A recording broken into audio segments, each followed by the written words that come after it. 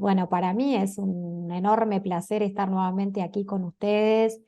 Eh, la verdad que hoy vamos, como decía usted, doctora Favarón, a abordar temas muy específicos en materia de prestaciones, ¿no? En salud y discapacidad. Hoy nos vamos a dedicar específicamente a prestaciones en el campo de la salud mental, que iremos viendo, ¿no? A la luz de un recorrido convencional, constitucional y legal y algunos desafíos pendientes que hay en la norma de fondo, algunos antecedentes jurisprudenciales interesantes que han resuelto en Cámara y en juzgados también de primera instancia que pueden serles de utilidad, ¿no? Siempre cito a, a Manuel Atienza, que en teorías de la argumentación jurídica, en las razones del derecho, ¿no? A todos aquellos que les interese profundizar en qué es el derecho, dice que algunos jueces, cuando resuelven un caso concreto, crean jurisprudencia, ¿no? Que puede ser de utilidad para los casos futuros, ¿no? Así que un poco en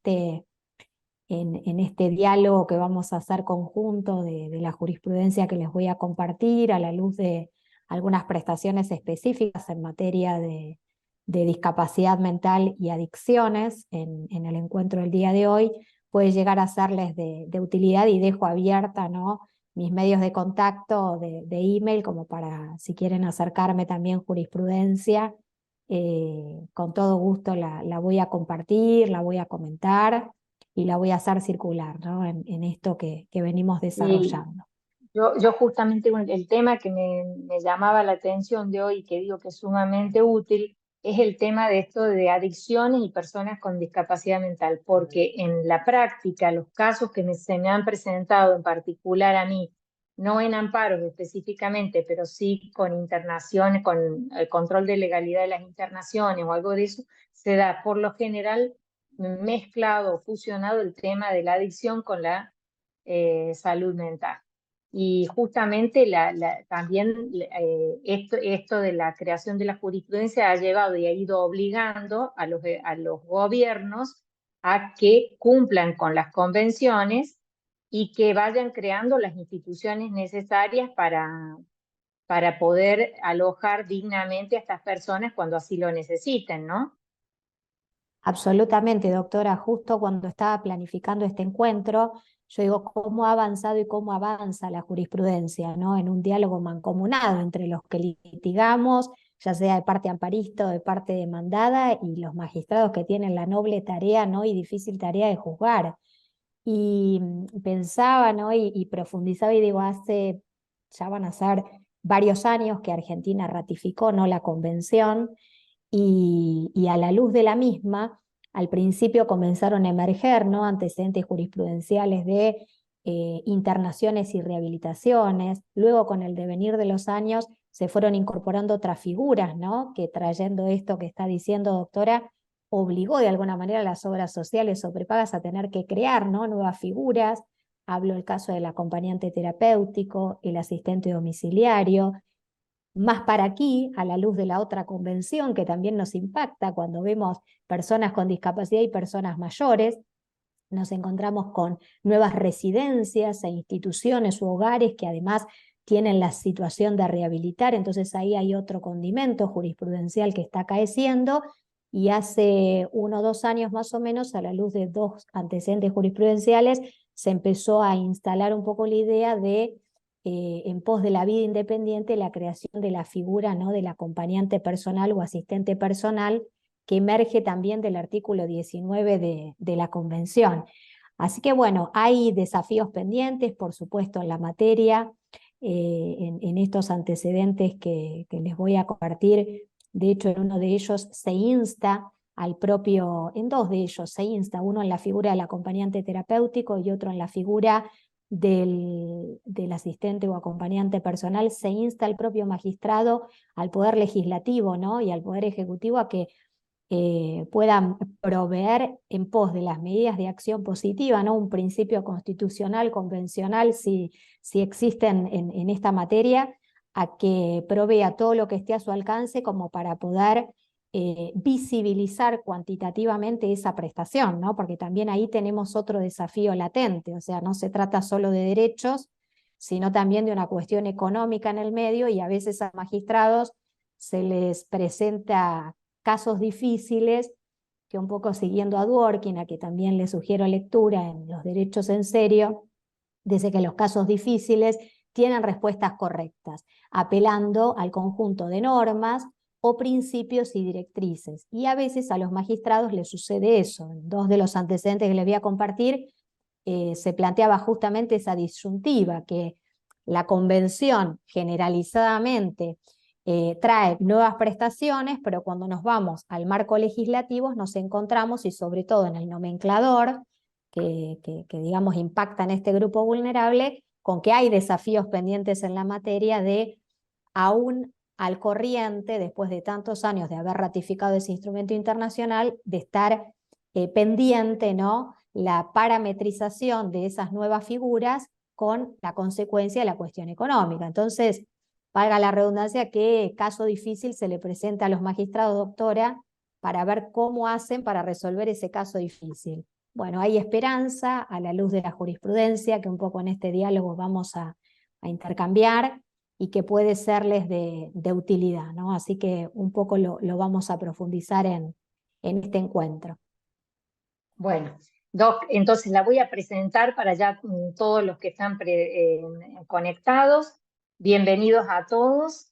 En nombre de la Escuela de Capacitación y del Superior Tribunal, bienvenida, por supuesto, doctora Cofré. Y voy a dar lectura a un brevísimo currículum de la doctora. La misma es abogada y docente universitaria, especialista en discapacidad y derechos de la UBA. Es directora de la Diplomatura en Derechos de las Personas con Discapacidad y directora en cursos de actualización de la Fundación SIUSO, entidad capacitadora de los colegios de abogados de la provincia de Buenos Aires. Directora del Instituto de Derecho, Familia y Discapacidad, autora del libro de amparos de salud y discapacidad, de la teoría a la práctica, ediciones Leide, y de diversos artículos de su especialidad. Bueno, la doctora va a desarrollar en el tema de hoy específicamente el tema de adicciones y personas con discapacidad mental, rehabilitación, jurisprudencia actualizada, análisis de argumentos jurídicos y de fundamentos de las sentencias judiciales. Bueno, doctora, usted se le concede la palabra. Después, por supuesto, les adelanto a todos, porque más o menos ya me informaron cómo va a ser. La doctora va a mandar el material a la Escuela de Capacitación, y el que lo desee lo puede solicitar directamente a la Escuela de Capacitación Judicial. Bueno, Gracias, muchas doctora. gracias, doctora Pavarón. No, por favor, gracias a usted, doctora. Ahí voy a compartir un PowerPoint que les preparé para este encuentro del día de hoy, que nos puede ordenar de alguna manera esto que vamos a desarrollar, ¿no?, que tiene su complejidad, ¿no? Como les anticipaba la doctora Favarón, en materia de lo que vamos a ver en este encuentro, vamos a hablar específicamente de adicciones y personas con discapacidad mental y la jurisprudencia actualizada, y vamos a tratar de evaluar no solo los argumentos jurídicos de la parte amparista, sino también evaluar cuáles fueron las expresiones de agravios cuando llegan a cámara, ¿no?, por parte de las obras sociales o de las prepagas, y los fundamentos, ¿no?, de esas sentencias razonablemente juzgadas. Cuando hablamos de prestaciones, ¿no?, en materia de salud mental, hay que tener presente un poco, para comenzar con esto, que hay una prestación que refiere justamente a prestaciones de rehabilitación e internación.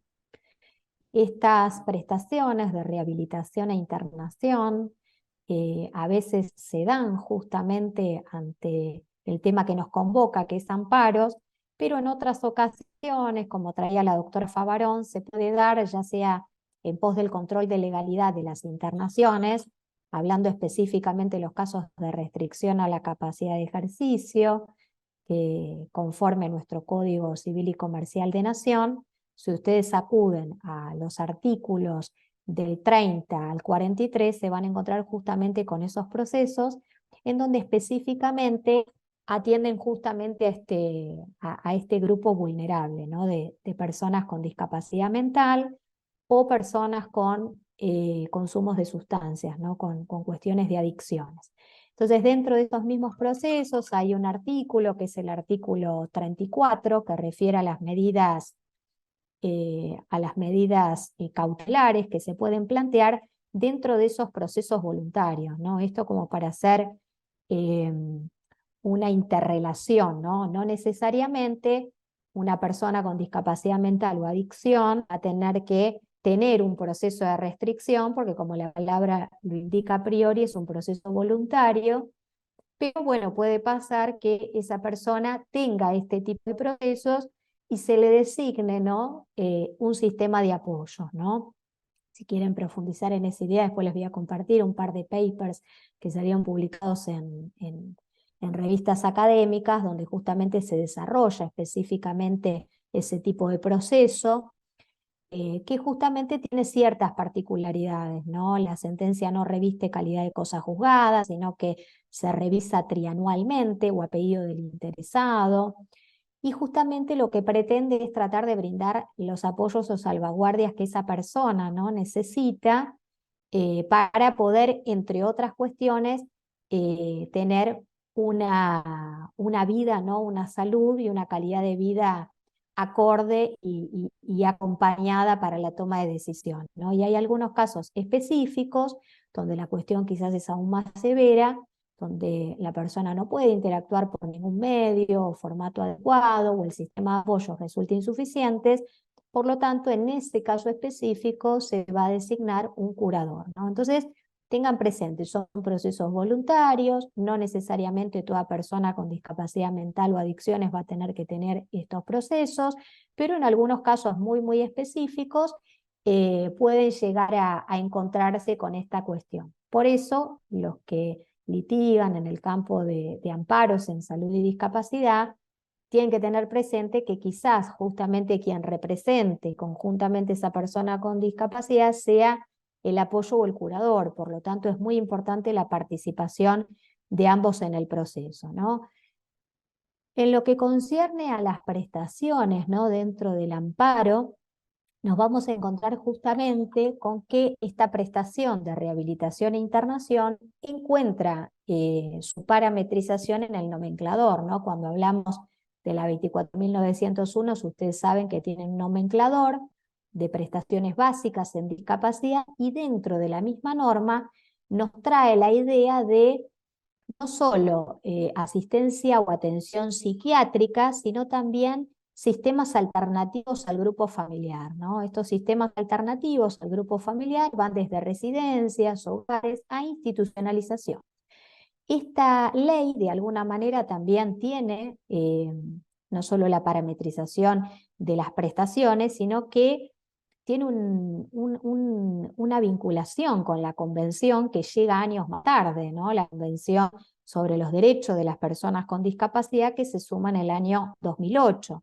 Cuando acudimos al artículo 25 de la convención, nos va a hablar del derecho a la salud, ¿no? Entonces esto incrementa aún más lo propio estipulado en la norma que emerge del año 97, ¿no? Que años más tarde se suman otras leyes en materia de Ley Nacional de Salud Mental, que por cierto no todas las provincias han adherido. En Ciudad Autónoma de Buenos Aires, por ejemplo, hay una ley específica que es la 448, que rige en materia de salud mental, que no adhirió a la Ley Nacional de Salud Mental. Por lo tanto, habrá que evaluar, digamos, la provincia respectiva como para ver si esa ley, la 26657, cae inmersa dentro de justamente el caso concreto. Pero volviendo al tema de la convención, ya nos trae la idea en el artículo 25 de el Estado debe, ¿no? A través de las obras sociales, prepagas o el Estado mismo, brindar todas aquellas prestaciones en salud que requieran las personas con discapacidad, entre ellas las personas con discapacidad mental, a los efectos de, y menciono un principio convencional que rige, que es el gozar del más alto nivel de salud posible, ¿no? También nos trae el artículo 26, que nos habla de las prestaciones de rehabilitación sin discriminación por motivos de discapacidad, de género, y procura que nos trae también otro principio que es el de igualdad y no discriminación, ¿no? Y el de realización progresiva. Esto es, aquellas cuestiones que ha ratificado el Estado que efectivamente se efectivicen, ¿no? en la práctica. Y luego nos incorpora a la Convención el artículo 19, inciso B, tan en auge en estos últimos años, a la luz de la jurisprudencia, ¿no? Que nos habla un poco de la vida independiente, ¿no? Y dentro de ese artículo y de ese inciso, cuando ustedes lo profundicen, se van a encontrar con que dentro del proyecto de vida independiente, ¿no? De esa persona con discapacidad mental, está la figura de residencias, de acompañante o asistente a la vida personal y de lo que anteriormente sigue existiendo, que es otras figuras como la de acompañante terapéutico, ¿no?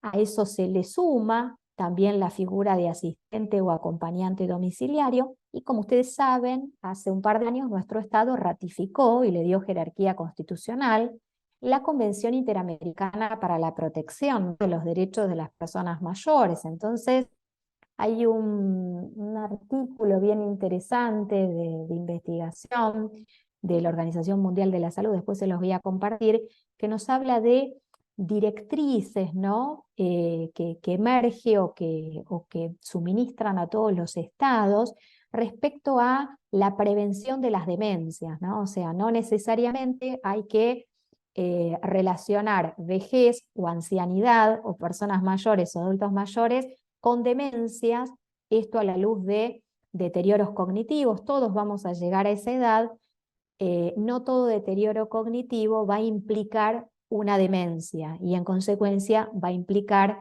entrar además del grupo vulnerable persona mayor a persona con discapacidad. Entonces esas cuestiones hay que tenerlas presentes para evitar caer, ¿no? En lecturas apresuradas y en hacer intervenir a la justicia cuando no se debe, ¿no? Esto lo digo a la luz, por ejemplo, de cuando se pretende un proceso de restricción a la capacidad de ejercicio de una persona con deterioro cognitivo leve y a la luz de las evaluaciones que hacen los equipos del juzgado o de la propia persona, dan cuenta que esa persona no carece de discernimiento, ¿no? Para celebrar actos.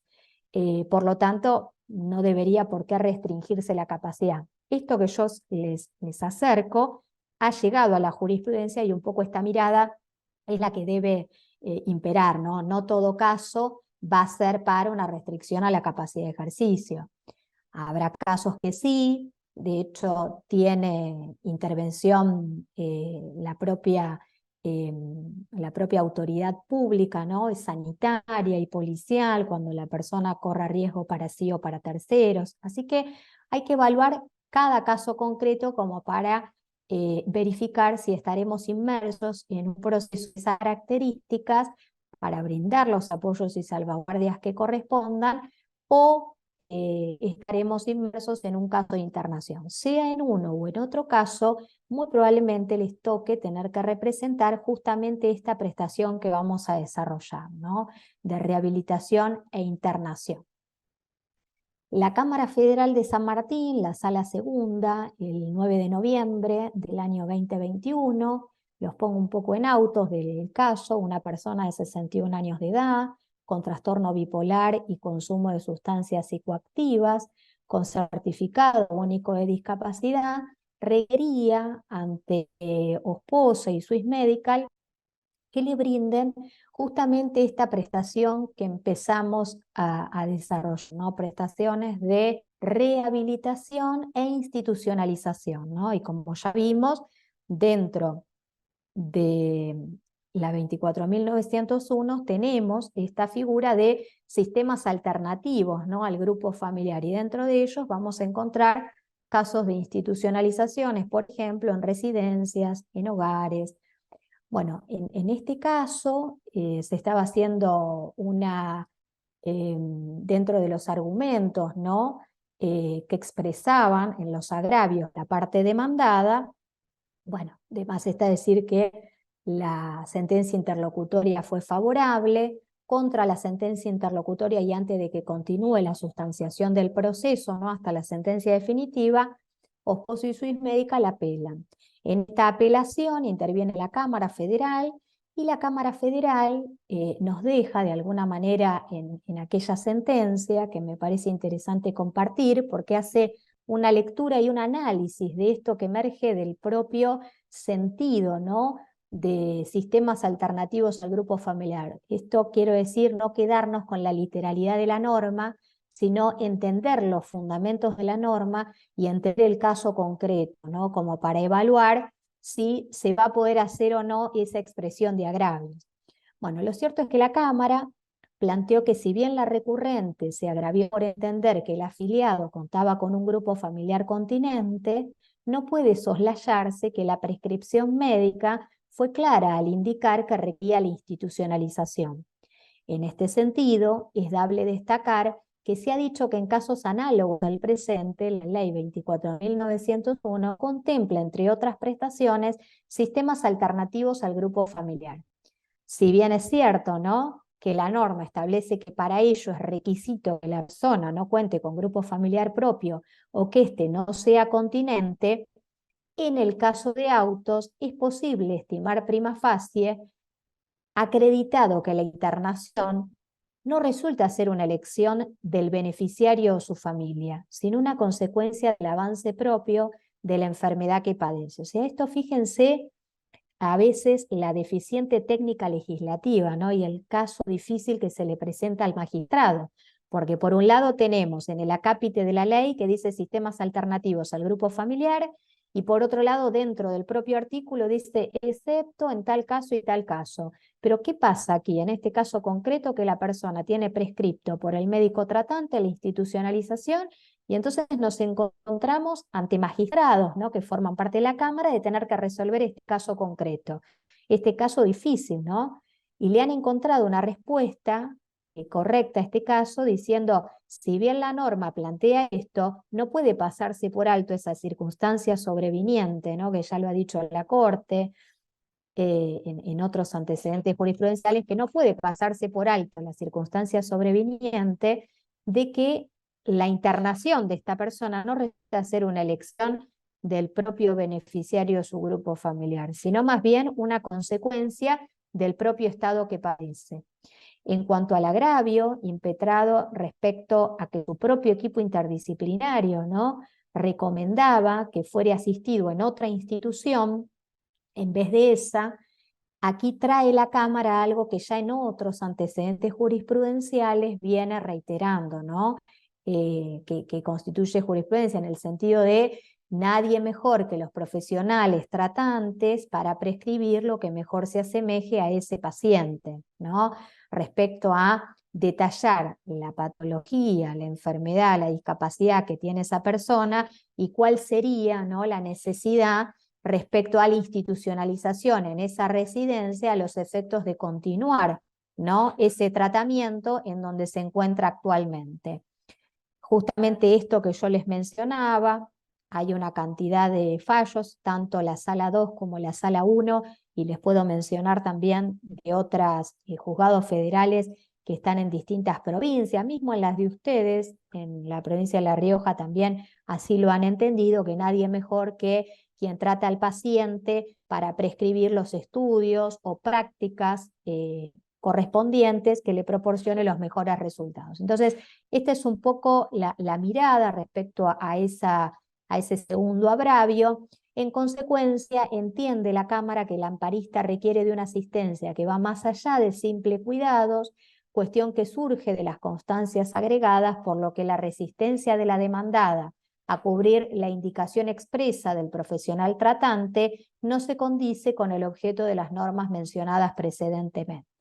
Bueno, este es un poco un antecedente jurisprudencial que quería compartirles de la Cámara, que fíjense cómo se mete en cuestiones legislativas dentro de la propia norma y atendiendo al caso concreto, trata de resolver y fundar razonablemente esa sentencia a la luz de esas dos expresiones de agravios que planteaba Ospose, ¿no? Finalmente, respecto a la queja que no se encontraba obligado a cubrir los gastos en un prestador ajeno a la cartilla, la prescripción médica fue clara al indicar que se sugiere mantener misma modalidad de tratamiento actual de residencia y rehabilitación en pos de la estabilidad del cuadro del paciente. No estamos hablando de un caso específico de una persona con consumo de sustancias psicoactivas y con una discapacidad mental, un trastorno bipolar. Por lo tanto, en este caso concreto, la Cámara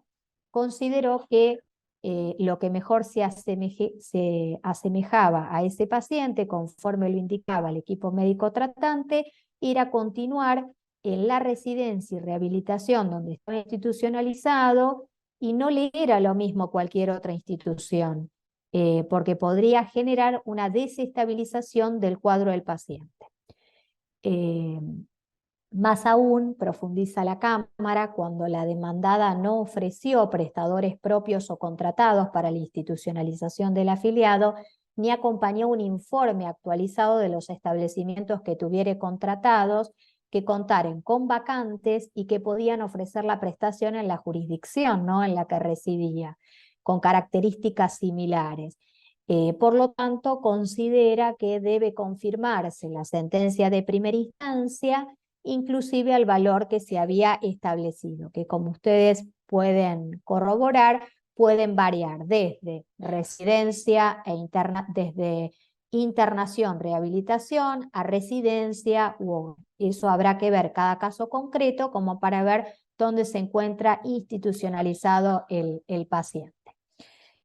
Hay otro antecedente que me gustaría compartirles, en donde hay casos, ¿no?, específicos que revisten también mucha complejidad, en el cual a veces los magistrados, previo a resolver, ordenan medidas, ¿no?, de mejor proveer, previo a resolver la cuestión que se está requiriendo. En ese sentido, hace intervenir, en este caso, al cuerpo médico forense, ¿no?, porque había, en el caso en concreto, denme un momento, por favor.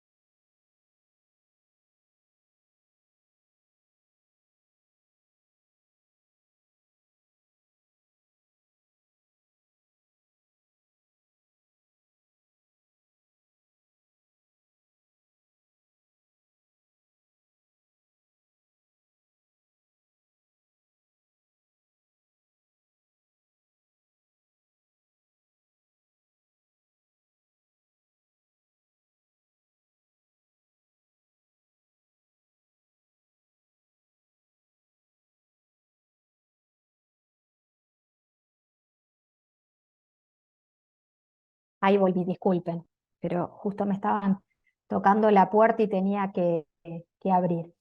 Bueno, ahí les vuelvo a compartir, en este caso que le estaba anticipando, un caso complejo en donde el magistrado, ¿no?, la magistrada en este caso, previo a resolver lo que estaban requiriendo de la parte amparista, respecto de prestaciones, ¿no?, que requería esta persona con un retraso mental moderado, con un deterioro del comportamiento, con alteraciones conductuales incontrolables respecto a agresividad física y verbal de su propia persona, de sus familiares, de sus compañeros. Por lo tanto, estaba requiriendo, digamos, de algunas prestaciones muy específicas que, si bien están nomencladas, son prestaciones individualizadas, ¿no? Y había una cierta resistencia por parte de, en este caso, IOSFA, el Instituto de Obras Sociales de las Fuerzas Armadas, respecto a las prestaciones que estaba requiriendo. Por lo tanto, la magistrada, previo a resolver la situación, pide intervenga el cuerpo médico forense. Esto a veces sucede, ¿no?, cuando hay determinadas cuestiones entre la parte amparista y la parte demandada.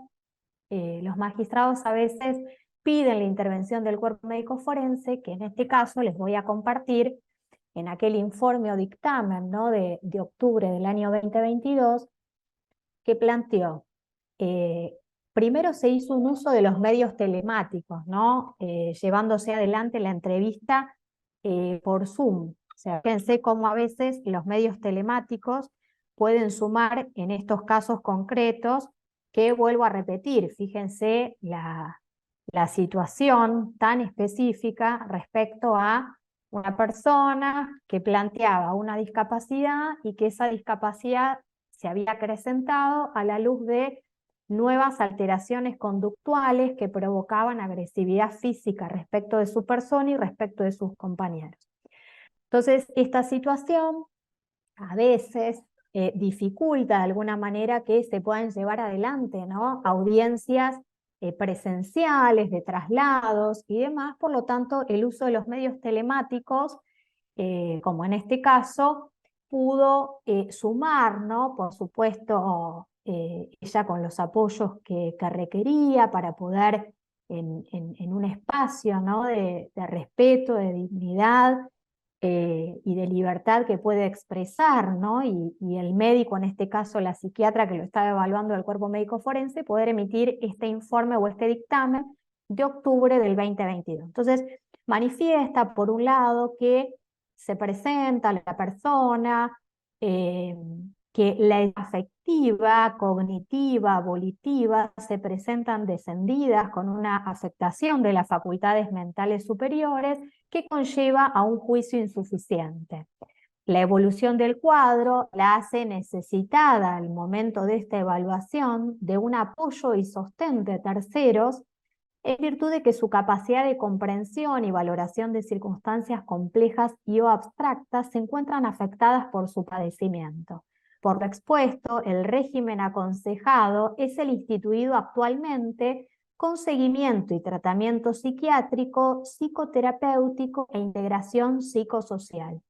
En base a lo evaluado, surge que la nombrada se encuentra adaptada a los tratamientos multidisciplinarios instaurados, por lo que un cambio podría determinar una desestabilización del cuadro que presenta, ¿no? Esto es el informe o dictamen del cuerpo médico forense, que llega a la magistrada y la magistrada resuelve en una sentencia de 2022, diciembre de 2022, resuelve justamente tres tipos de prestaciones distintas, ¿no? Fíjense la complejidad del caso. Por un lado dice, se va a dar lugar a la figura de centro de día, donde ella lleva adelante determinados talleres con sus compañeros.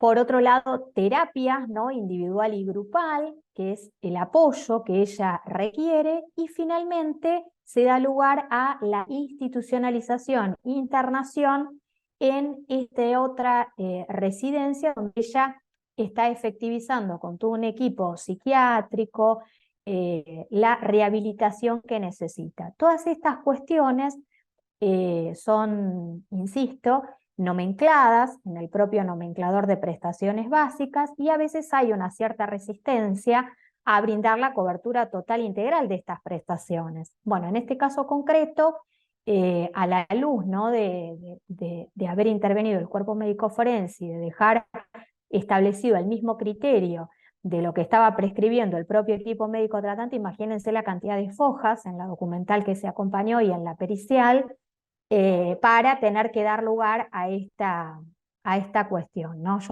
no sé si ahí en el chat alguien quiere preguntar algo. Sí. A ver, dejo de compartir, así veo.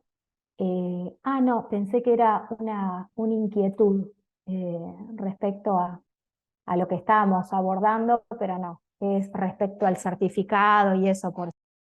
Bueno, ahí sigo compartiendo. No esperen al finalizar, para intervenir, si es que quieren intervenir haciendo una consulta o compartiendo alguna experiencia del ejercicio profesional. Pueden pedir habilitación de micrófonos y no tengo ningún inconveniente, ¿eh?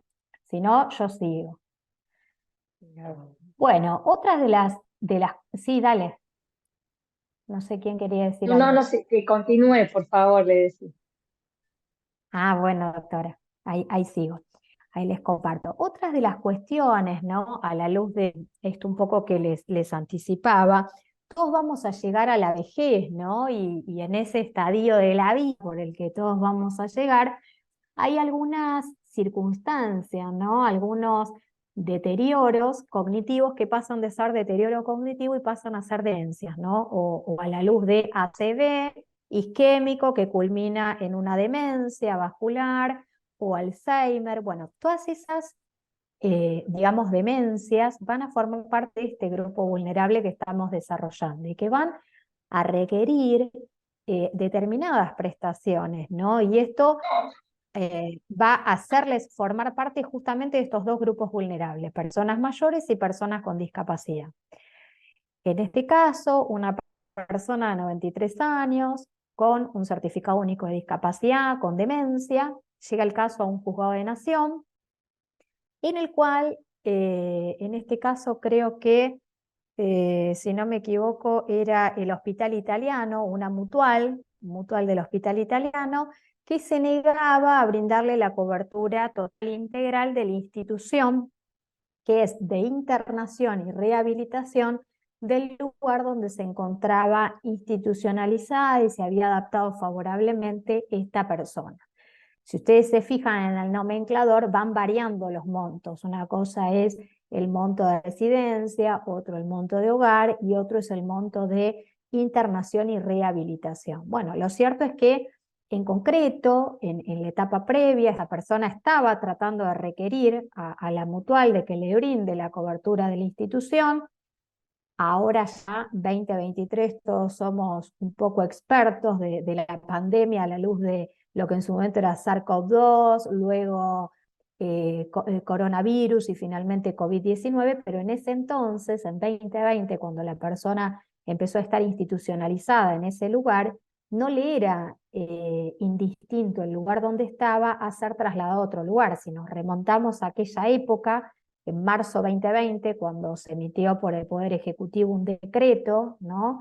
Donde justamente nos hablaba del aislamiento social preventivo y obligatorio, era muy compleja la situación. Y en este caso la mutual pretendía que esta persona, a pesar de estar institucionalizada en esta internación y rehabilitación de la capital federal, pretendía que sea trasladado a otro lugar con las particularidades que en aquel entonces, que prácticamente no había protocolos, ¿no? de actuación, cómo se llevarían adelante, ¿no? Y el juez, digamos, que intervino en la causa fue bien claro.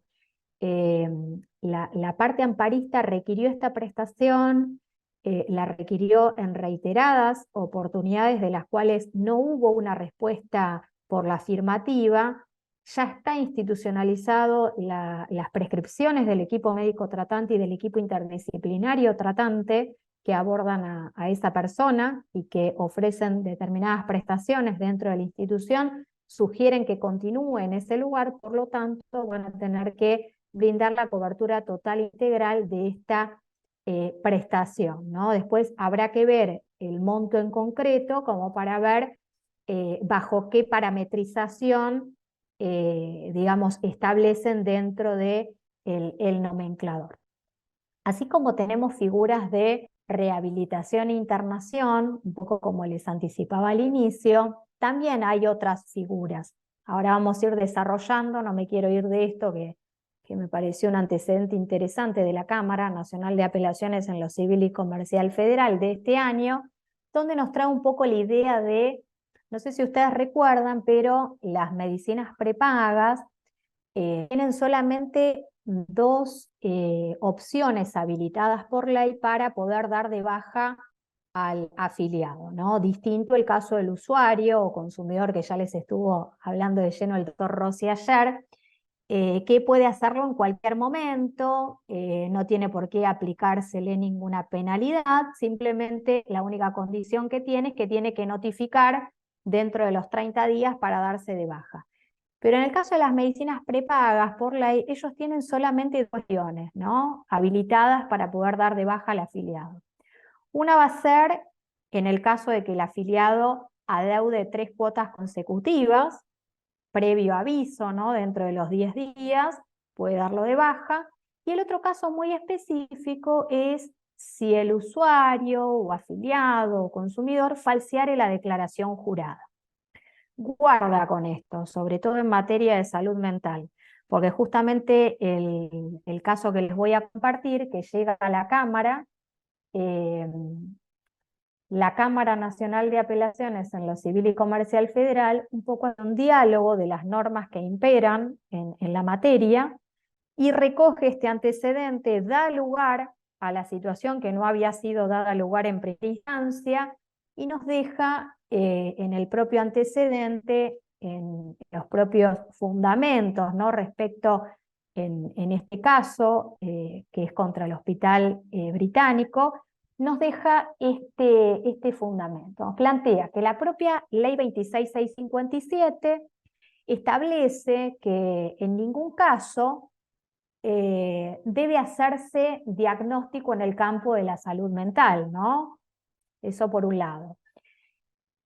Aunque, digamos, la propia...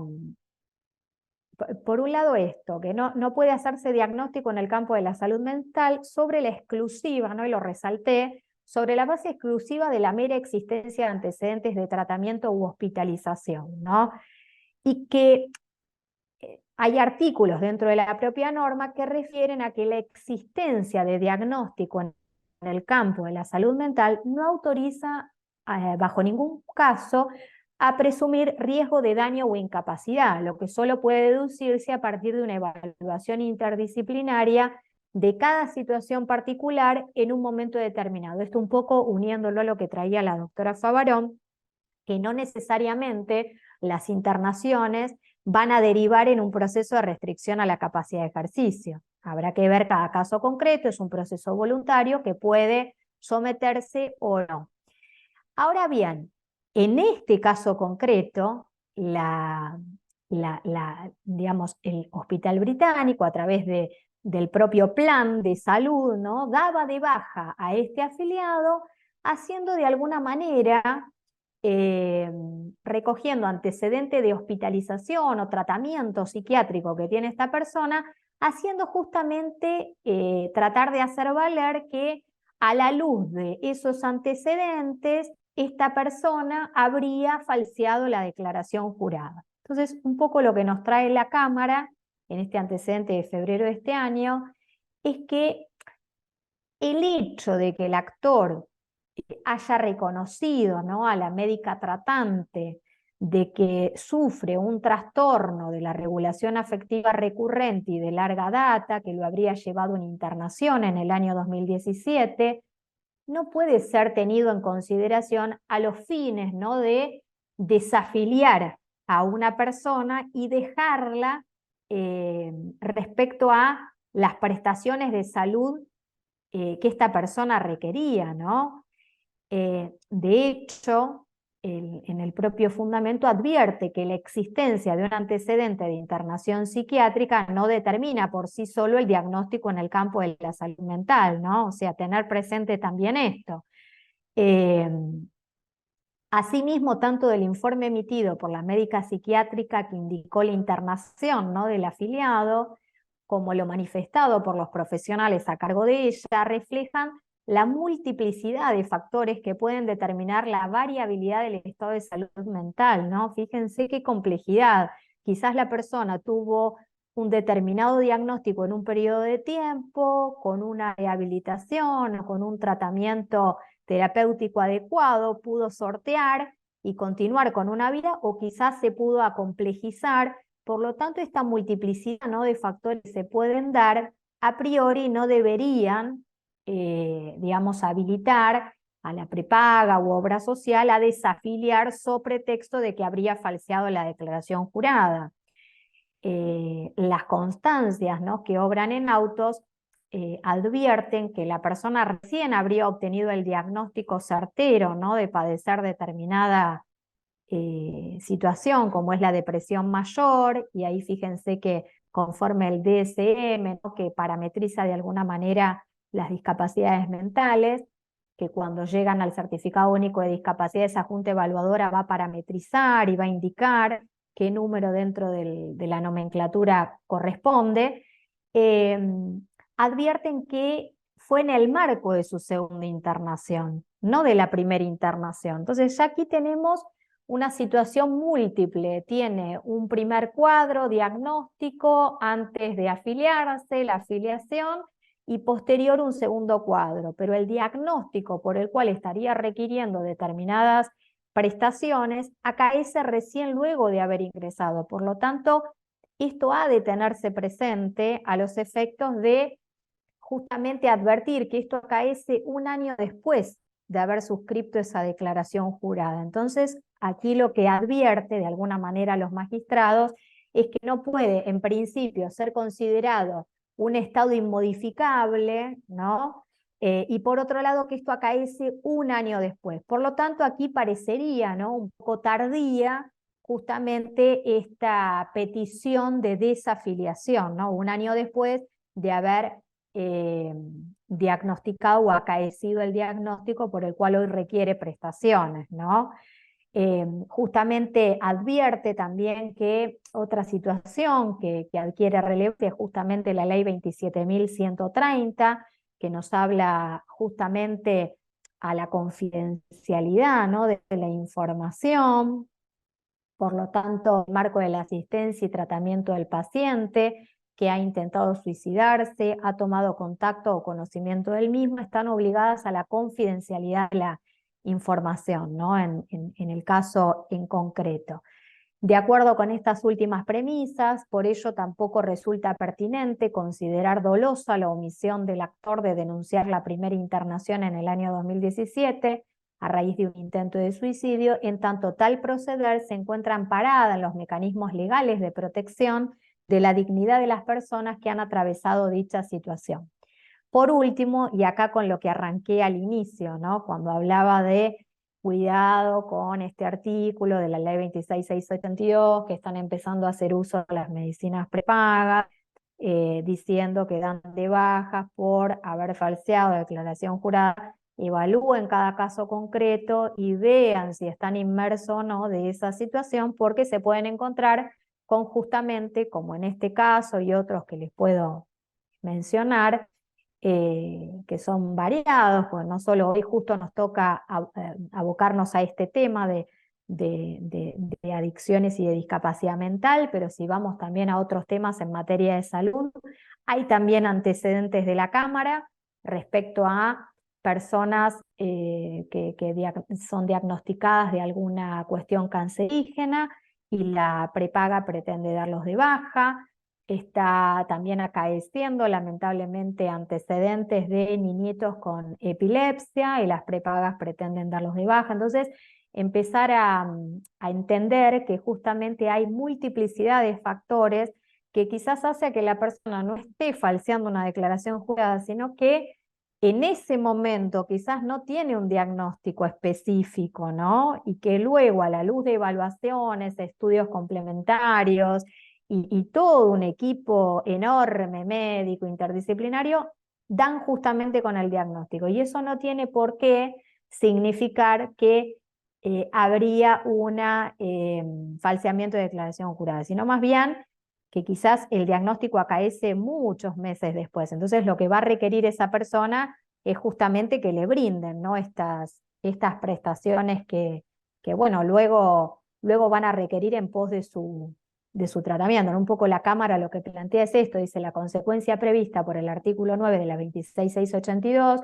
rescisión ante falseamiento de la declaración jurada de salud, tiene una finalidad sancionatoria, ¿no? Esto es, en tanto busca evitar que el futuro afiliado se beneficie a costa ajena. Se busca sancionar a aquella persona que, a fin de eximirse de una pérdida justamente por una enfermedad preexistente que acarrearía un costo adicional, oculta maliciosamente la información de su estado de salud, habiendo sido expresamente consultado sobre ella, que claramente en el presente caso exhibe características propias que lo alejan de aquella previsión normativa citada, ¿no? O sea, no quedarnos con la literalidad de la norma, sino evaluar el caso concreto, ver los antecedentes en concreto, para, digamos, no estar dando de baja a un afiliado si es que no es necesario. Porque después se encuentran con este tipo de jurisprudencia, ¿no? Hay otras figuras, sí, dale, Doc, Doctora, te vi ahí, no antes sabía si de que querías vaya, intervenir. sí, antes de que se vaya, justo me acordé de un caso que ahora estoy pensando de que no lo vi más después, de la procedencia formal, y justamente fue un caso así de un señor que pertenecía a una obra social de, no me puedo acordar ahora, pero es de la parte de mecánicos de automotores y todo eso, y se cambia a una prepaga, creo que a Sancor Salud, está como 6, 7 meses, y en esos 6, 7 meses después de que se cambia, le detectan un cáncer, pero un cáncer que él había tenido 17 años anterior y que había sido dado de alta. Y esto podía ser una recidiva del cáncer o no. Entonces automáticamente lo dieron de baja y él planteó el amparo justamente por esto, que él no falseó ninguna declaración en su argumentación y yo consideré como magistrada que era cierto, porque él no tenía por qué declarar una enfermedad de la cual ya no la padecía. Había sido dado de Absolutamente, Doc. Sí, muy años interesante después. ese antecedente. Después lo quiero porque después voy a compartir el otro, justamente lo traía a colación, porque lamentablemente, doctora, se están presentando estos casos y la verdad son variados. Justamente a la luz de esta cuestión de antecedentes cancerígenos, como usted bien dice, la medicina, la ciencia ha avanzado y hasta le diría ahora hasta la inteligencia artificial, ¿no? El otro día veía en los medios de comunicación la prototerapia, ¿no? Que son para determinados tipos de cánceres específicos. Por lo tanto, si se tiene un alta, como usted bien indica, de que ese cáncer desapareció, no tiene por qué denunciarse eh, y a los efectos de que cobren por patología preexistente un costo adicional, ¿no? O sea, no habría un falseamiento de declaración jurada, y mucho menos cuando se es, como usted dice, advertido muchos meses después. Y bueno, lamentablemente a veces eh, hay algunos cuadros por la multiplicidad de factores que se tienen que regresan, como en este que estábamos evolucionando, ¿no? O que se acrecientan, y eso no implica justamente que la persona tenga una actitud maliciosa, ¿no? De ocultar determinado diagnóstico, sino que el diagnóstico quizás acaece mucho tiempo después de la afiliación. Entonces me parece que ahí tiene que haber un stop por parte de las prepagas y de las obras sociales, un evaluar cada caso en concreto, porque después se encuentran con estos antecedentes jurisprudenciales que claramente hacen justicia y le advierten, cuidado, que aquí no hubo un falseamiento de declaración jurada, cuidado, que aquí te estás excediendo en lo que te habilita la norma, no hagas en definitiva un mal uso de lo que está establecido en la norma, sino que hacelo en el caso que corresponda, ¿no? Estamos hablando de casos muy, muy específicos que lamentablemente se presentan en el ejercicio profesional y que, bueno, hay que tratar de en este diálogo de jurisprudencia que estamos haciendo, de poder compartirlos y poder tenerlos presentes. Ahí en el caso que decía usted, doctora, Osmata debe ser la obra social de mecánicos Sí, y no me demás, que acuerdo bien, quizás... pero más cuando Sí. vienen de una obra social propiamente dicha y simplemente se pasan para una mejora. No es que es una Claro, que persona hacen la que se desregulación del afilia por aporte, tal primera cual. vez. Claro, Incluso claro. seguía siendo pagada por el aporte del trabajador y del empleador, como una obra social común y corriente. Sí, sí, como también hay otros casos que lamentablemente se presentan. Hay personas que quizás antes de acudir a la acción de amparo pasan la etapa de la superintendencia, ¿no? Y están largo y tendido con disposiciones, resoluciones, mediaciones, quizás en algunos casos, hasta acudir a la justicia. Y hay también antecedentes interesantes porque ahí entra en jaque el tema del peligro, ¿no? O la cuestión, digamos, si La a la... posibilidad de esperar o no. Exacto, vos sabés que hay un antecedente, Doc, después se lo voy a compartir, justamente una persona que había sido diagnosticada, muy similar al caso que usted mencionaba con cáncer, que venía de una obra social, desregulaba aporte y pasaba una prepaga con un trabajo pagando lo que reste, ¿no? Para la cuota respectiva. Bueno, lo mismo en este caso partía de una obra social de aeronavegantes, que era propia de su actividad, digamos, del comercio exterior, y pasa a OMINT, a un plan de salud determinado. Al año de estar en OMINT, OMINT le cae justamente con una carta de documento diciendo, usted lo que está requiriendo ahora, que es una cirugía para el oído, porque puede quedar, digamos, con una discapacidad auditiva y requería de una intervención en el oído, no se la voy a brindar porque usted falseó declaración jurada. Y en el medio la persona hizo un raíz, digamos, en la superintendencia con disposiciones, resoluciones, audiencias de mediación, y aún teniendo la propia, digamos, autorización del propio Ministerio de Salud y de la Super, de que debían reafiliarlo al plan que tenía en ese momento Génesis, no recuerdo cuánto, en vez del plan PMO, que el PMO es el plan médico obligatorio, sin cobrar valor diferencial por patología preexistente, porque no lo era, había sobrevenido durante, digamos, el tiempo de afiliación, había sido diagnosticado y requería esa prestación. Bueno, llegó al amparo y un poco la Cámara, en ese caso había sido la Cámara Nacional de Apelaciones Civil y Comercial Federal, la Sala 3, dice, el hecho de que haya estado durante 2 o 3 años con este proceso no desvirtúa el peligro en la demora, porque mucho menos tampoco la verosimilitud en el derecho, porque se daba cuenta de que la persona estaba trasladando su diagnóstico cuando efectivamente su médico tratante lo estaba diagnosticando, que era a posteriori muy a posteriori de cuando se había afiliado, por lo tanto no era preexistente, no tendrían que cobrar, digamos, valor adicional. Y el peligro en la demora se da justamente porque cuando corroboran, que es otro del uso de los TICs, ¿no? Que tienen los magistrados para poder consultar y evaluar, a ver, esto que está requiriendo, que era el de origen, y este que le dan ahora, ¿qué diferencia hay? Y bueno, había diferencias notorias, ¿no? Que daban cuenta de que esa persona en el plan que actualmente le estaban suministrando era muy inferior al que él estaba afiliado, por lo tanto no le era.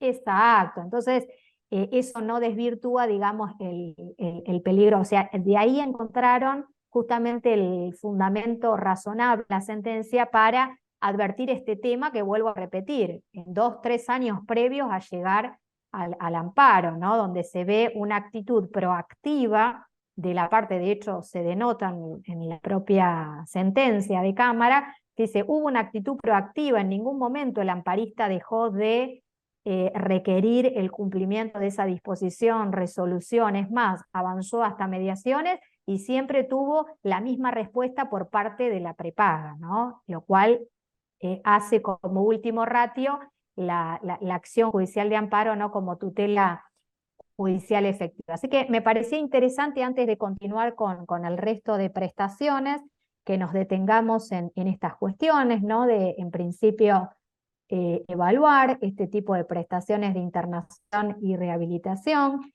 evaluar el caso concreto y si estamos representando una medicina prepaga o una obra social, no hacer un mal uso de lo que otorga la norma, ¿no? Sino evaluar justamente el caso concreto y ver la multiplicidad de factores que hacen a que quizás la persona no esté teniendo una actitud maliciosa, sino muy por el contrario, que esté advirtiendo o poniendo en conocimiento tal situación al tiempo en que tomó conocimiento de ella.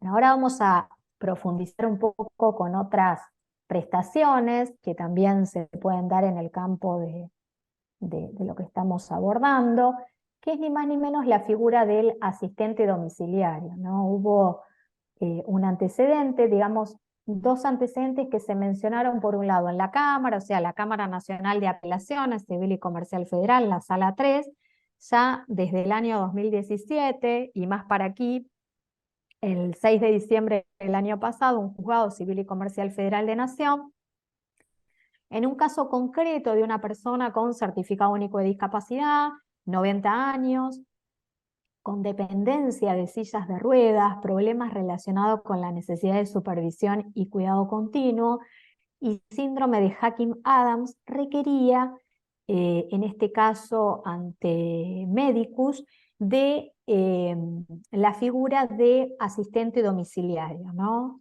Esta figura está de alguna manera expresada en la norma, en el artículo 39, inciso D. Lo que sucede es que cuando vamos al nomenclador, esa figura no está parametrizada, ¿no? Que configura un desafío pendiente en materia legislativa. Justamente esta figura, en este caso difícil, llega a la Cámara y llega al juzgado, y el juzgado de alguna manera advierte un poco esto que les estoy acercando y trae corolario esto que les anticipaba, ¿no? Interrelacionar las convenciones, porque menciona no solo la Convención Internacional de Personas con Discapacidad, sino también trae artículos de la propia Convención Interamericana para la Protección de las Personas Mayores, ¿no?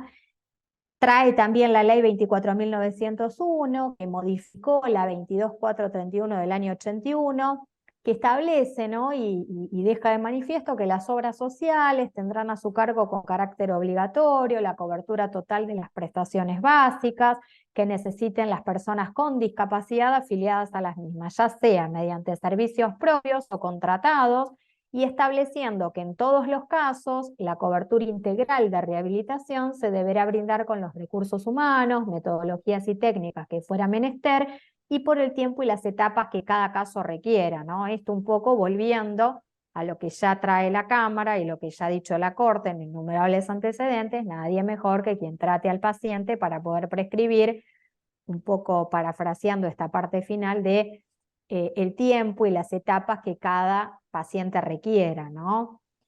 Se debe destacar, acá un poco lo que les decía, para evitar esas confusiones que a veces se dan, de si está o no previsto en la norma. Sí, está previsto en el artículo 39, inciso D, que contempla la figura del asistente domiciliario, cuya función es facilitar el desenvolvimiento diario de las personas, ¿no?, que tienen alguna discapacidad motriz, propendiendo a su autonomía, ¿no? Esta mirada ya se tiene desde el año 2017 por parte de la Cámara, por parte de los juzgados, es una figura que está en la norma. Lo que sucede es que al corriente no está la figura en el propio nomenclador parametrizada, por lo tanto no tiene una cuantificación. Entonces ahí se encuentran los magistrados en la compleja tarea de poder, digamos, determinar cuál sería el quantum de esa prestación, ¿no?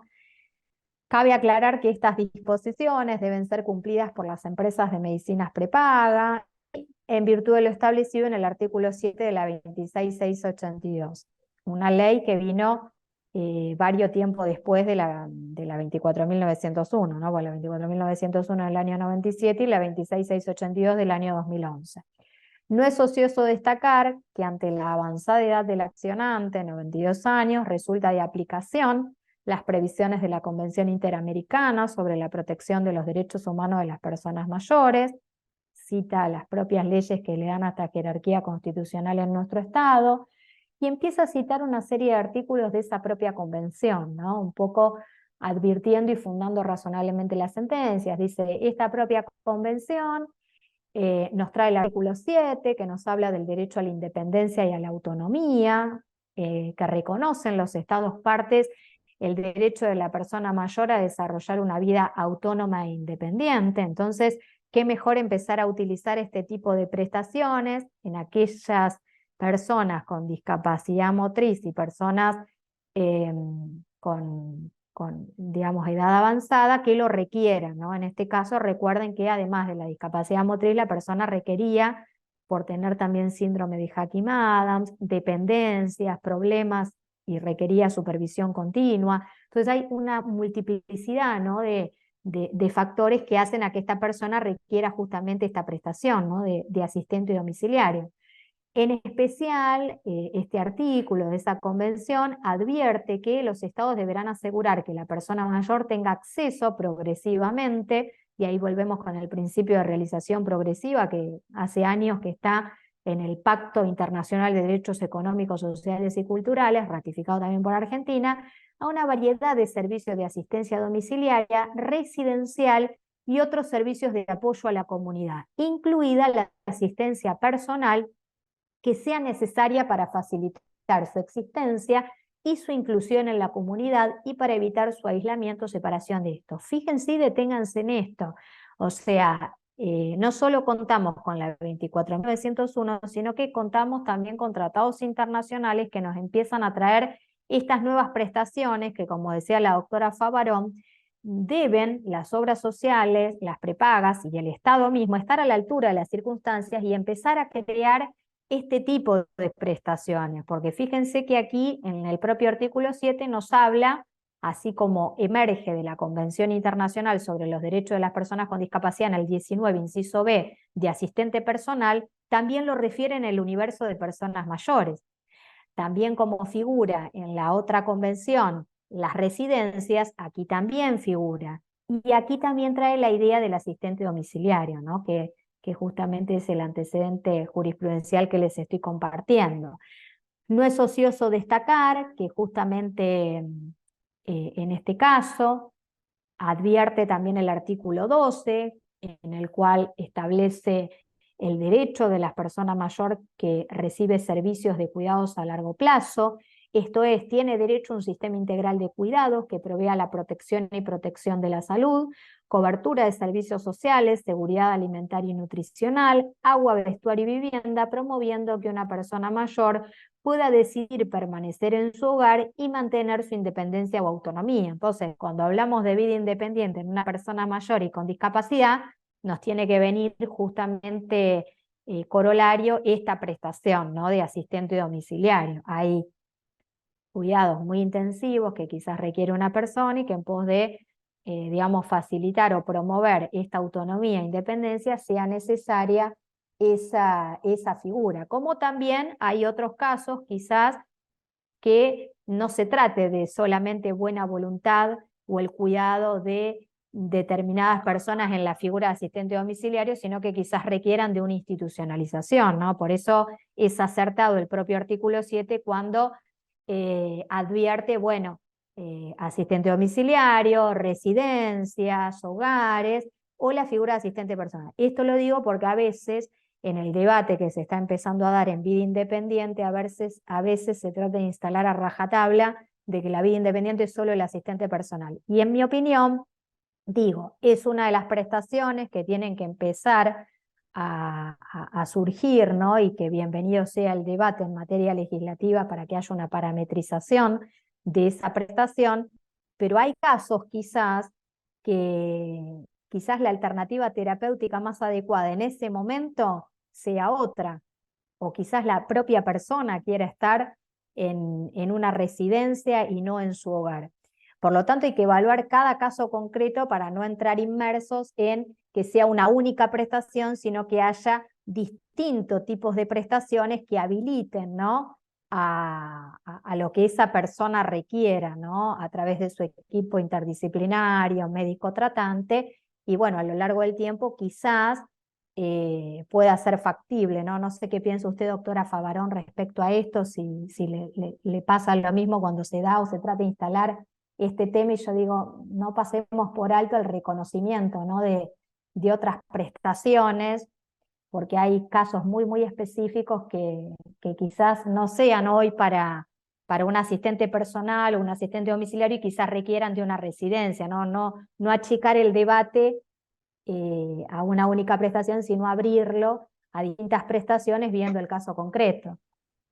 Totalmente de acuerdo. Incluso yo creo que la propia ley, si bien está muy linda y muy armónica en muchas cosas, en otros sentidos es inaplicable y no se han creado las instituciones necesarias. Por ejemplo, cuando una persona sale de de una institucionalización, como por ejemplo en el caso de una crisis por adicción, sumado a lo mejor a una enfermedad mental también, y que no puede volver a su hogar porque en su hogar se han producido determinadas situaciones que han desestabilizado a toda la familia, no existen, por lo menos acá en La Rioja, las casas de medio camino, podríamos decir, y todo eso, en las que puedan insertarse estas personas, al menos transitoriamente, hasta que puedan estar en condiciones total de vivir independientemente. Y esas cosas es muy difícil que la obra social te las cubra también, todas esas Sí, prestaciones. absolutamente, doctora. Sabés que me quedaba pensando en esto que traías, comparto plenamente. Justamente a veces en materia de salud mental hay como un river boca en las legislaciones, ¿no?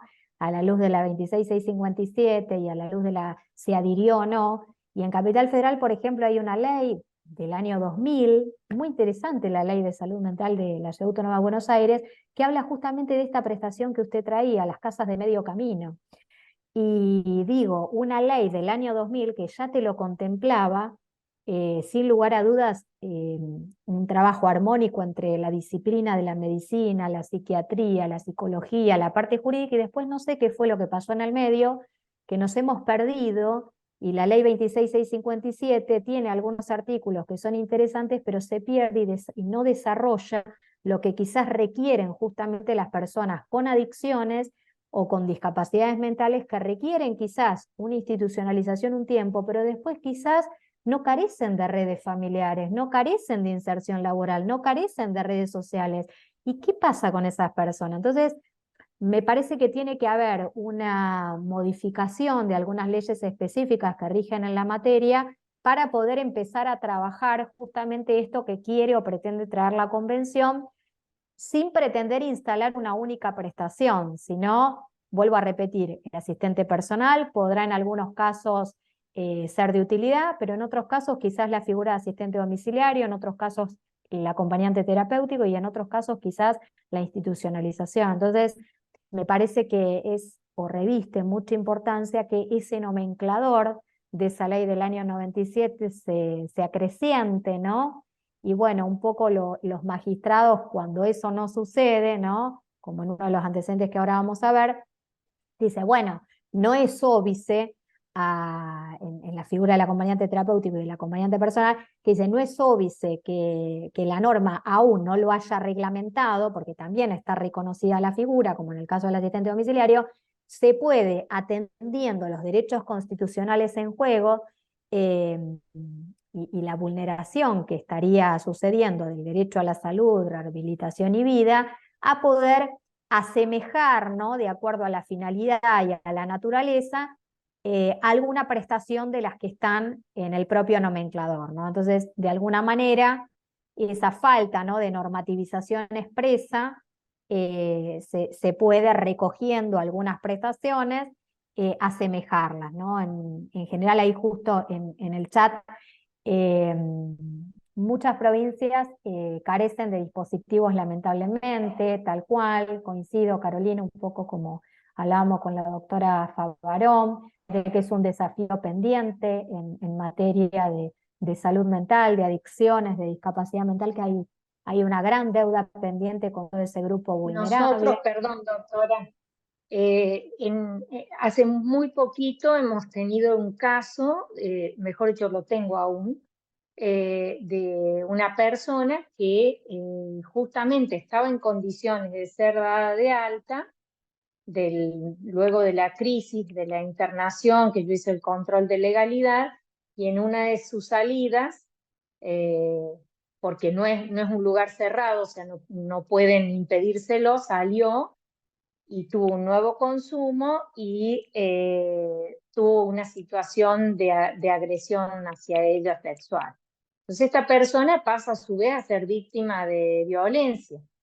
Y cuando la institución dice que ya está en condiciones de ser dada de alta por la crisis de adicción por la que fue internada, se le comienza a buscar para que ingrese, porque no tenía, a su familia no podía volver por X motivo, y se articula con la dirección de la mujer para que pueda ser insertada en un refugio. El problema es que la dirección de la mujer que tiene estos refugios especiales o estas casas de acogida no están en condiciones de recibir personas con problemas de salud mental ni adicciones.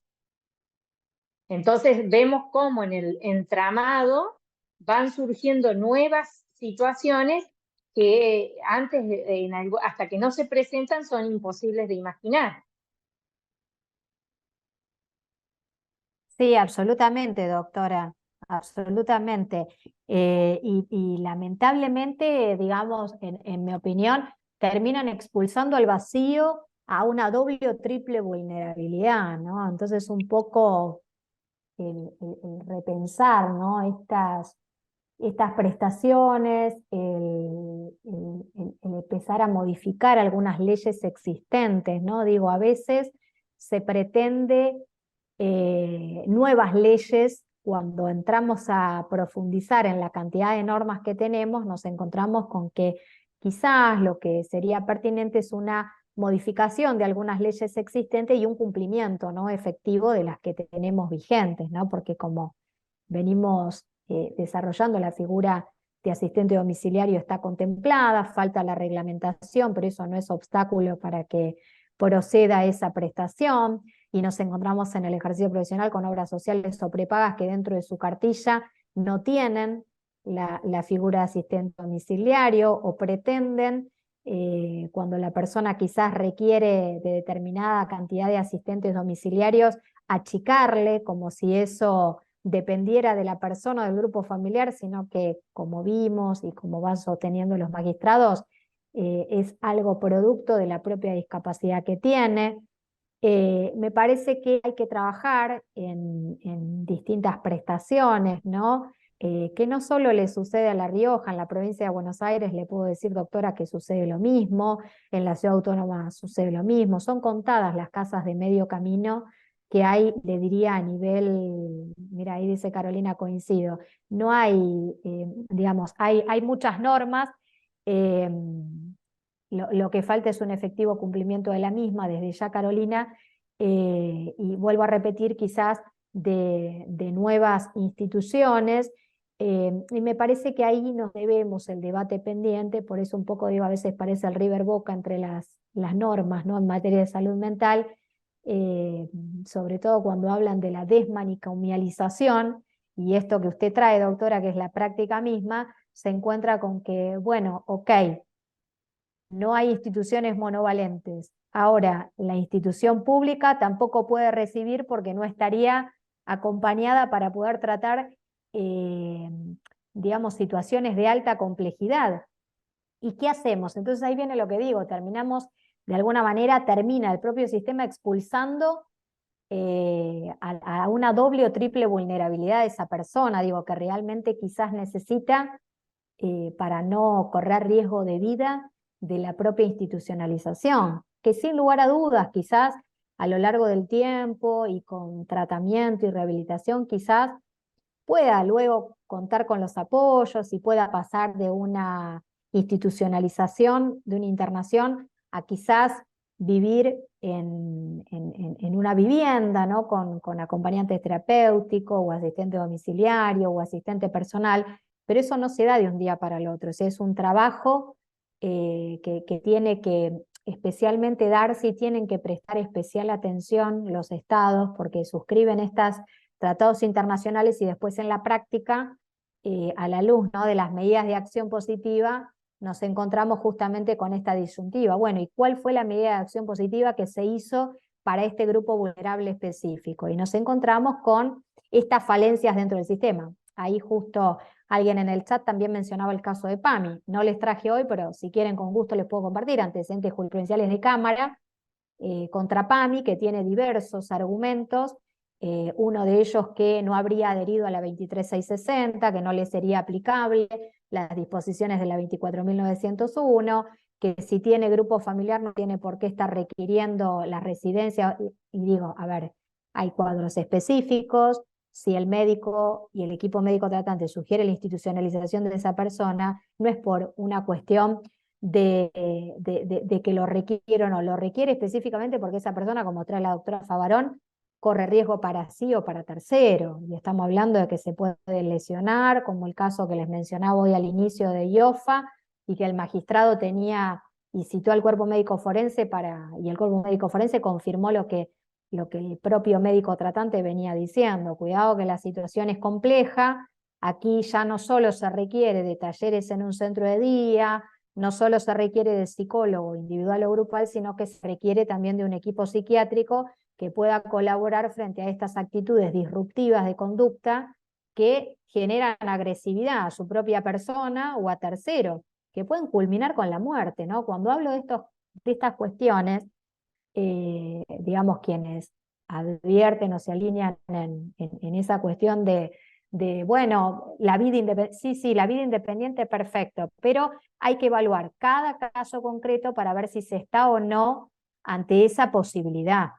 Digo, como para no caer en esta cuestión de, bueno, esto rige para todos. Ok, es una prestación que emerge de la propia convención, que puede ser requerida, pero que habrá que trabajar en equipo, con el equipo interdisciplinario tratante, médico tratante, en algún caso si llega a la justicia con la propia justicia, para evaluar justamente si esa persona está en posibilidades o no. Porque después, lamentablemente, cuando uno entra a profundizar en antecedentes jurisprudenciales de la Corte Interamericana de Derechos Humanos, por mencionarles uno de tantos, se encuentra con justamente antecedentes como Ximénez López versus el Estado de Brasil, en el cual el Estado de Brasil fue condenado por responsabilidad internacional por no haberle brindado los cuidados que esa persona requería, ¿no? Con padecimientos mentales. O el caso de Víctor Rosario Congo, que también consideraron responsable internacionalmente al Estado de Ecuador.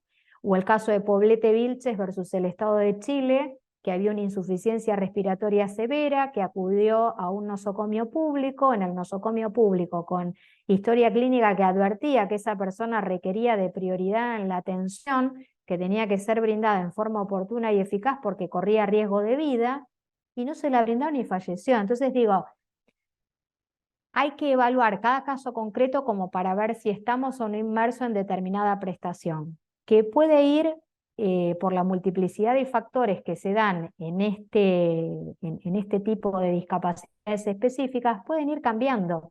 No van a ser quizás para toda la vida el mismo diagnóstico, quizás con el avance de la ciencia, de la inteligencia artificial, pueden ir inclusive lográndose quizás habilidades para que esa vida independiente pueda ser posible. Pero en el mientras tanto, no descuidarnos de estas otras prestaciones que quizás hoy necesitan, y que me parece que el debate tiene que ir por ahí, en el sentido de ampliar las prestaciones, que algunas ya están previstas en la norma, como decía alguien ahí en el chat que lo ratifiqué, el artículo 39, inciso D, que nos trae la figura del asistente domiciliario.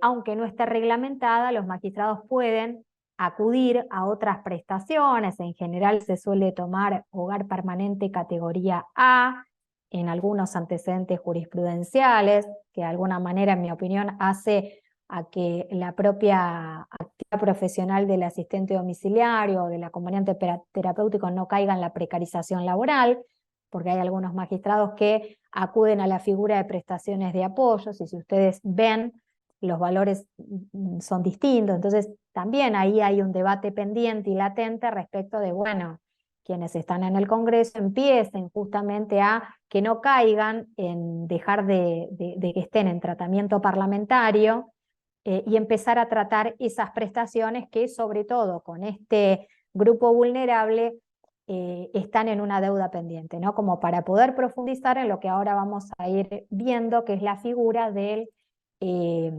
apoyo, ¿no? O sistema de apoyo para la vida independiente, que es la figura del asistente personal. Bueno, quiero culminar con este antecedente de lo que concierne al asistente domiciliario. También cita el 7, el 15 y el 19, que nos habla en la Convención para la Protección de las Personas Mayores de esta figura. y en las condiciones indicadas considera la Cámara y el juzgado que trató esa causa que encontrándose a cargo, en este caso de médicos, la cobertura de las necesidades de la afiliada prescriptas por el médico tratante y no habiéndose dado solución al problema suscitado, es claro que se priva a la beneficiaria de las prestaciones requeridas para el resguardo del tratamiento de la discapacidad que presenta con grave menoscabo a su estado de salud. Ello implica, ¿no?, una conducta que, y acá recoge arbitrariedad y ilegalidad manifiesta, que la coloca a un estado de indefensión y desamparo que indudablemente conculca al derecho a la salud, reconocido por la Constitución Nacional, por las constituciones provinciales también, que no debe ser admitido en sede judicial. Por lo tanto, se hace lugar al amparo reconocido. Esto es una sentencia ya definitiva de diciembre 2022 y de la Cámara del año 2017. Esta figura de asistente personal para la vida independiente, ustedes la pueden recoger del propio artículo 19, inciso B de la Convención sobre los Derechos de las Personas con Discapacidad y en el propio artículo 7 de la Convención Interamericana para la Protección de los Derechos de las Personas Mayores. Hay dos antecedentes jurisprudenciales, uno de ellos que acaeció en junio del 2021, en el cual intervino la Cámara en lo contencioso administrativo de La Plata, la cual se planteó un amparo colectivo, una asociación civil, plantea un amparo colectivo contra el IOMA, que es una obra social provincial de la provincia de Buenos Aires, como APOS en La Rioja, en Córdoba, justamente trayendo este artículo 19, inciso B, de la Convención.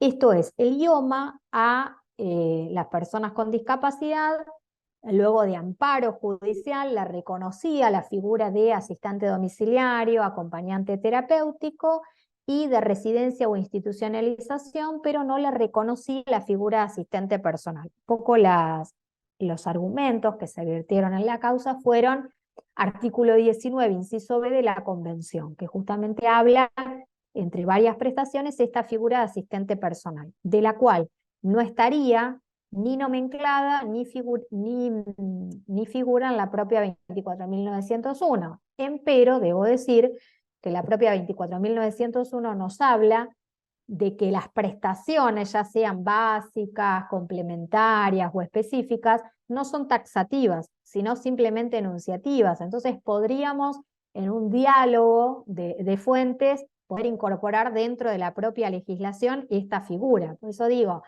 quizás no sea necesario nueva ley, quizás sea necesario modificar la ley.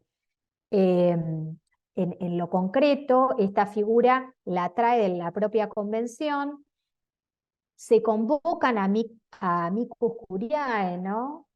A distintos organismos internacionales, ¿no?, que se presentan en la causa, a los efectos de que se respeten los estándares de la convención, entre ellos justamente que se reconozca esta figura. Bueno, una sentencia en primera instancia y en Cámara confirmada, muy interesante, donde empieza a instalar esta idea de esta nueva prestación, ¿no?, que, vuelvo a repetir, constituye un desafío pendiente para nuestra legislación, ¿no?, y ni hablar en el marco de el nomenclado.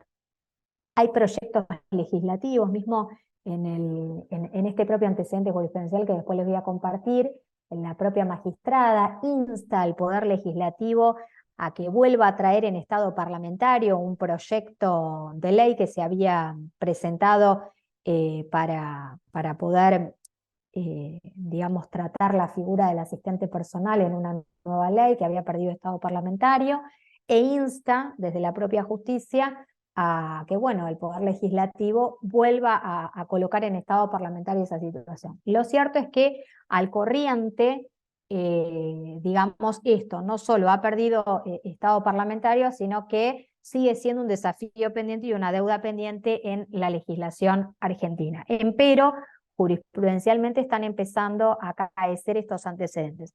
Años anteriores, lo llevo allá al año 2017, en la Ciudad Autónoma de Buenos Aires, un juzgado en lo contencioso administrativo y tributario, en una causa en el año 2018, a la luz, ¿no?, de una resolución del GCBA, en el cual el COPIDIS, a cargo del Ministerio de Desarrollo Humano y Hábitat, crea a través de la resolución 1447 el programa de apoyo para la vida independiente, ¿no? De alguna manera, el GCBA, mediante este programa, habilitaba a aquellas personas con discapacidad mental o adicciones un apoyo para la vida independiente, que es ni más ni menos la figura del asistente personal, ¿no?, que como dijimos, la traemos del artículo 19 inciso B. ¿Qué pasó aquí? Pasó que el propio GCBA lo que daba, luego lo quería quitar, porque decía, bueno,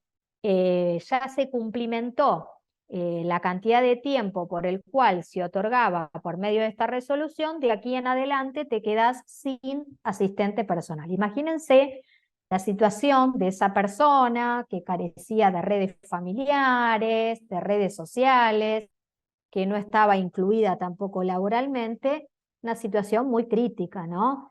Bueno, llega el caso a la justicia, interviene el juzgado contencioso administrativo y tributario, quien dicta, ¿no?, una sentencia diciendo: GCBA, si usted otorgó esta prestación, luego no puede desatenderse sin atender las circunstancias que rodean el caso.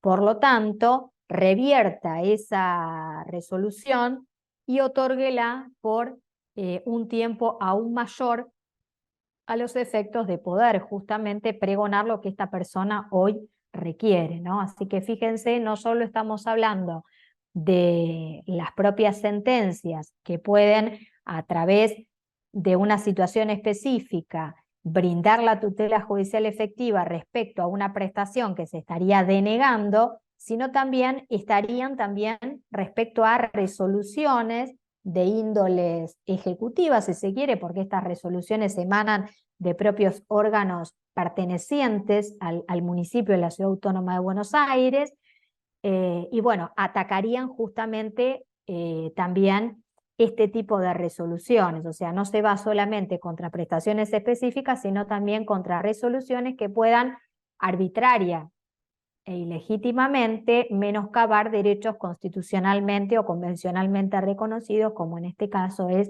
la figura del asistente personal. Vamos a la última, que es la figura de acompañante terapéutico. También es una figura reconocida, más no nomenclada, por lo tanto ahí nos encontramos con magistrados que tienen la dura tarea de poder encontrar un equilibrio, ¿no?, entre este derecho y esta prestación, y ante la carencia de normatización expresa, cuál va a ser el quantum que se le va a estipular, y bueno, ahí varía la jurisprudencia. Algunos fijan conforme prestaciones de apoyo, otros fijan conforme hogar permanente categoría A, otros además de hogar permanente categoría A más 35% por dependencia, y así es un poco la mirada jurisprudencial, ¿no? En este caso les voy a compartir un antecedente de la Sala 1, en este caso, de la Cámara Federal de Apelaciones de San Martín, donde ante una persona de 42 años de edad, institucionalizada en un centro de día, requería de prestaciones de acompañante terapéutico, tiene un certificado único de discapacidad con retraso mental moderado, deterioro del comportamiento no especificado, y en este caso la obra social de la Policía Federal le denegaba, ¿no?, la prestación. El caso llega a la justicia, en primera instancia obtiene sentencia favorable, el caso llega a la Cámara y la Cámara confirma, ¿no? Pero la Cámara aquí tuvo la difícil tarea de cuantificar, porque en primera instancia el magistrado había otorgado en sentencia la prestación que requería de centro de día y de acompañante terapéutico, centro de día, estipulado a un valor determinado en el nomenclador, y otorgaba la prestación de acompañante terapéutico, pero sin especificar el quantum. Entonces aquí viene la obra social de la Policía Federal y dice: mira, yo voy a apelar porque a mí me parece que estás dando lugar y no estás especificando dentro de la sentencia el alcance de esa figura. Y lo que a ellos les interesaban es, a esa altura de la circunstancia, que otorgasen hasta el monto que ellos habían habilitado, ¿no? Muy a posteriori del inicio judicial. Bueno, lo cierto es que en la Cámara lo que plantean es la resolución de primera instancia puede ser subsanada aun cuando no haya una normativización expresa, ¿no? O sea, la carencia de normativización expresa no obstaculiza a esta Cámara a poder encontrar, de acuerdo a las características propias de la figura y a los derechos constitucionales en juego, una asemejanza al caso en concreto. Por lo tanto, resuelven que la figura del acompañante terapéutico van a otorgarlo hasta el monto de lo que consideran hogar permanente categoría A con más el 35%, ¿no? Una sentencia de Cámara, la obra social pretende por recurso extraordinario federal llegar a la Corte, le es denegado, no se encontraban en discusión, digamos, cuestiones de legalidad respecto a lo que se estaba otorgando, sino más bien justamente el quantum, y en ese sentido el magistrado lo resolvió de ese modo.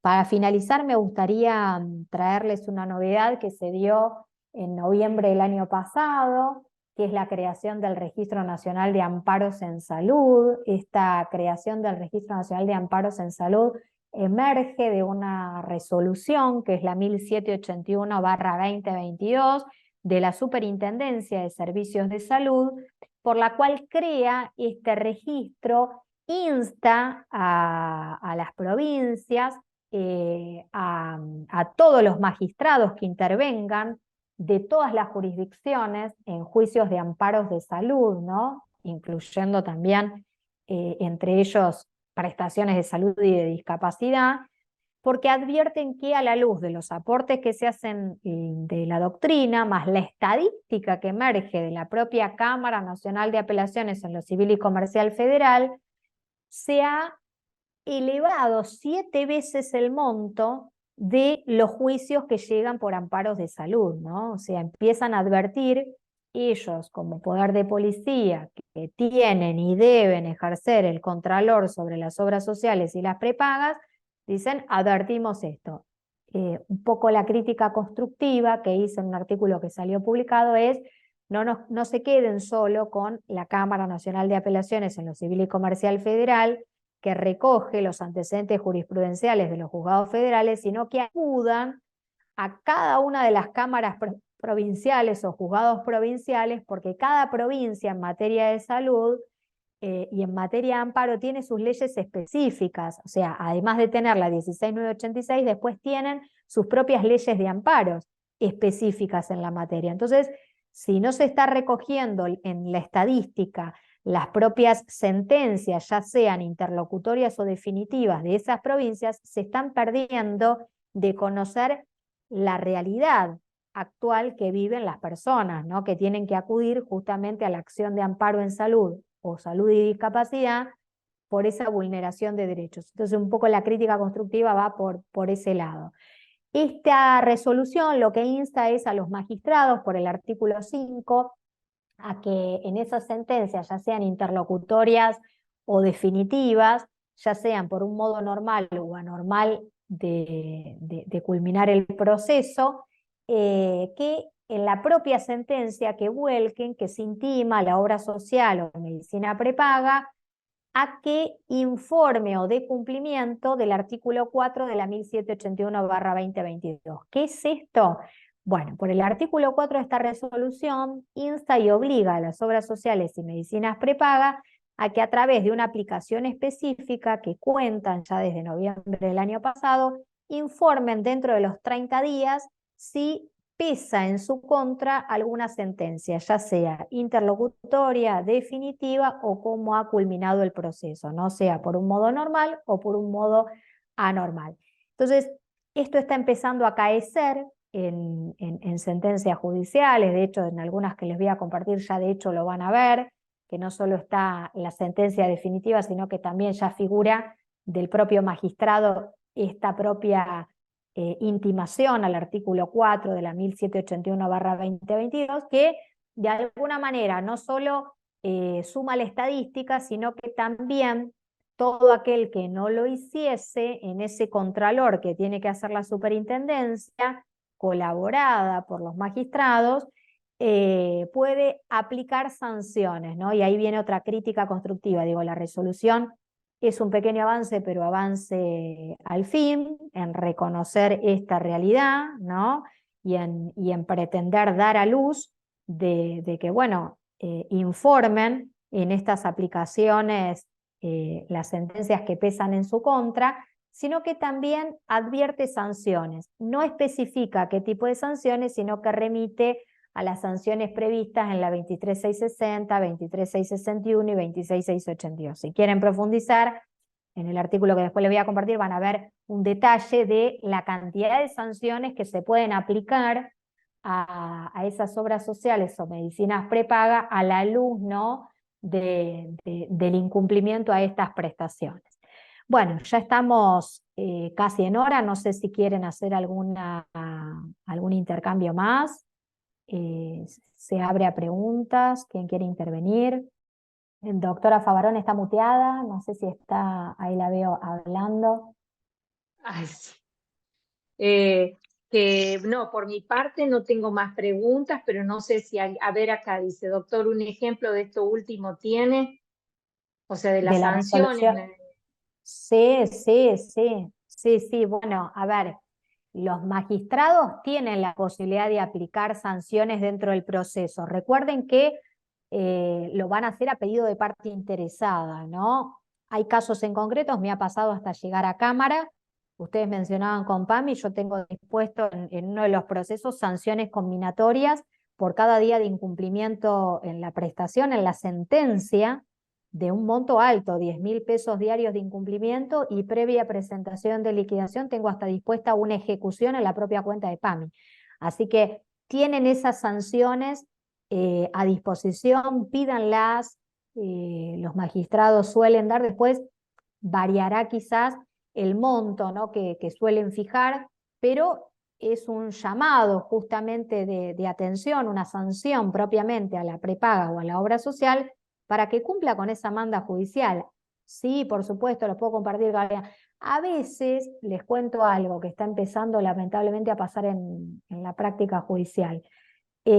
A veces hacen una mala interpretación del derecho de defensa en juicio. ¿Con esto qué quiero decir? Por supuesto que la prepaga y obra social puede apelar, por supuesto que lo puede apelar, pero eso no debe ser un obstáculo, como ya lo viene sosteniendo la jurisprudencia. La doctora Favarón agradece esto que estoy diciendo, pero es la realidad. Eso no debe ser, digamos, un obstáculo para que en el mientras tanto cumpla con esa manda judicial. Hay una manda judicial que hay que cumplirse. No importa si después se eleva a Cámara y en Cámara confirman o modifican o lo que fuere, pero tiene que cumplirse esa manda judicial. Dale, Doc, sí.